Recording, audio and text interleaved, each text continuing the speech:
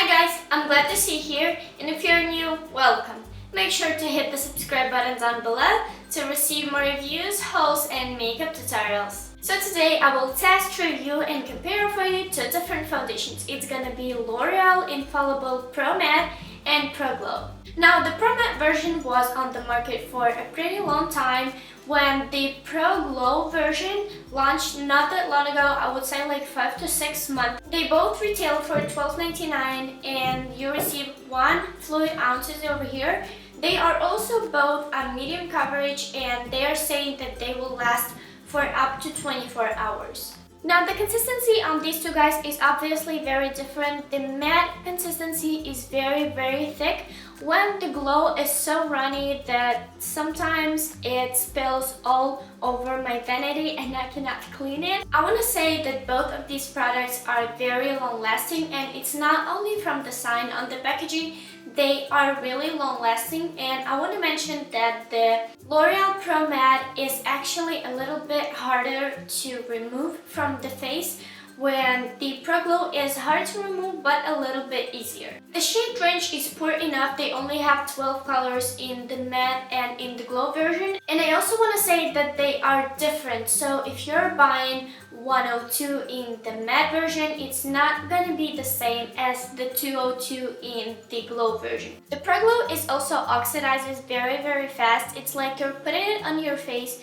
you're looking at it, and it looks like a good color match, and then 1 second, bam! No, it's not, it's too dark. Now, because the color range is so small, I cannot actually find the shade that will match myself perfectly. They have 2 light shades, which is 101 and 102 and the 201 and 202, but none of them fit me very good. They are all going to pink on my skin.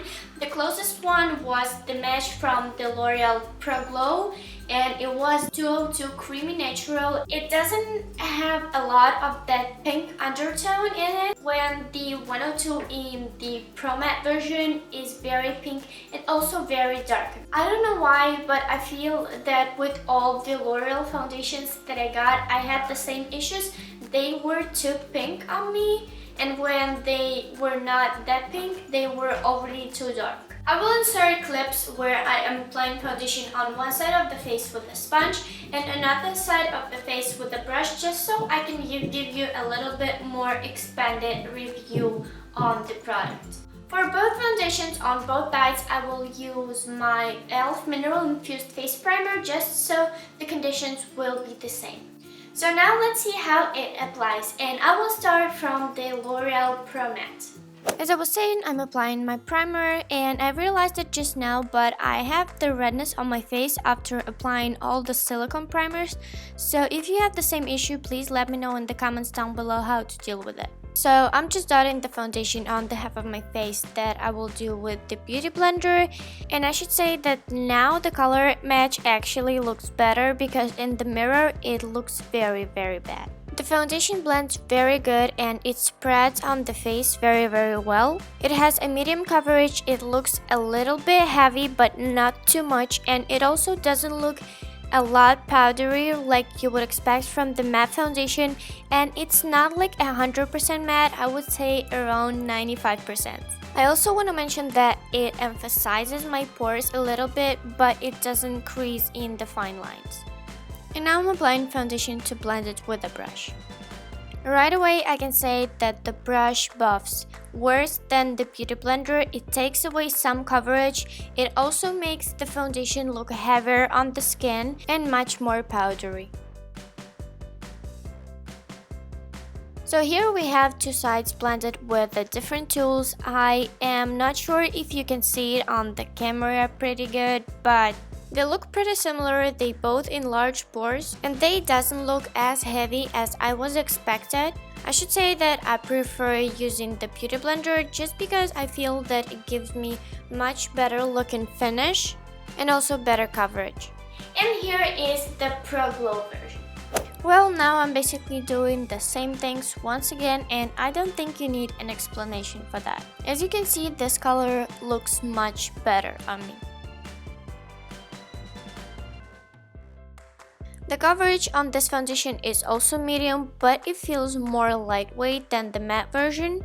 It also looks much more glowy, but at the same time it still looks a little bit powdery, and it also still enlarges your pores. On this foundation you get more coverage when using brush, but it also looks a little bit more powdery and heavy than the side with the beauty blender.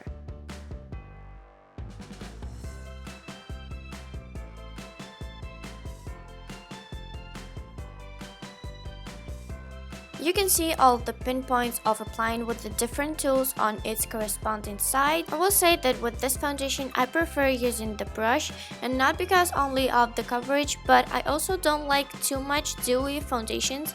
Maybe it's just because I have the combination skin. I don't think that any of these two foundations look too bad or too unnatural on the skin, so I will definitely recommend them, considering especially that they are from the drugstore and they are very affordable. I want to say that I love both of these foundations, and the only issue for me is the color. I have a combination skin, so basically I can wear both of them. I can wear the matte version in the summer and the glow version in the winter, which is exactly what I'm going to do. The rest I think you can judge on your own, and I really hope that this video helped you guys a little bit to find out the differences about these two and to figure out which one to choose.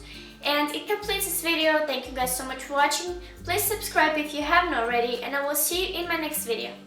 Bye!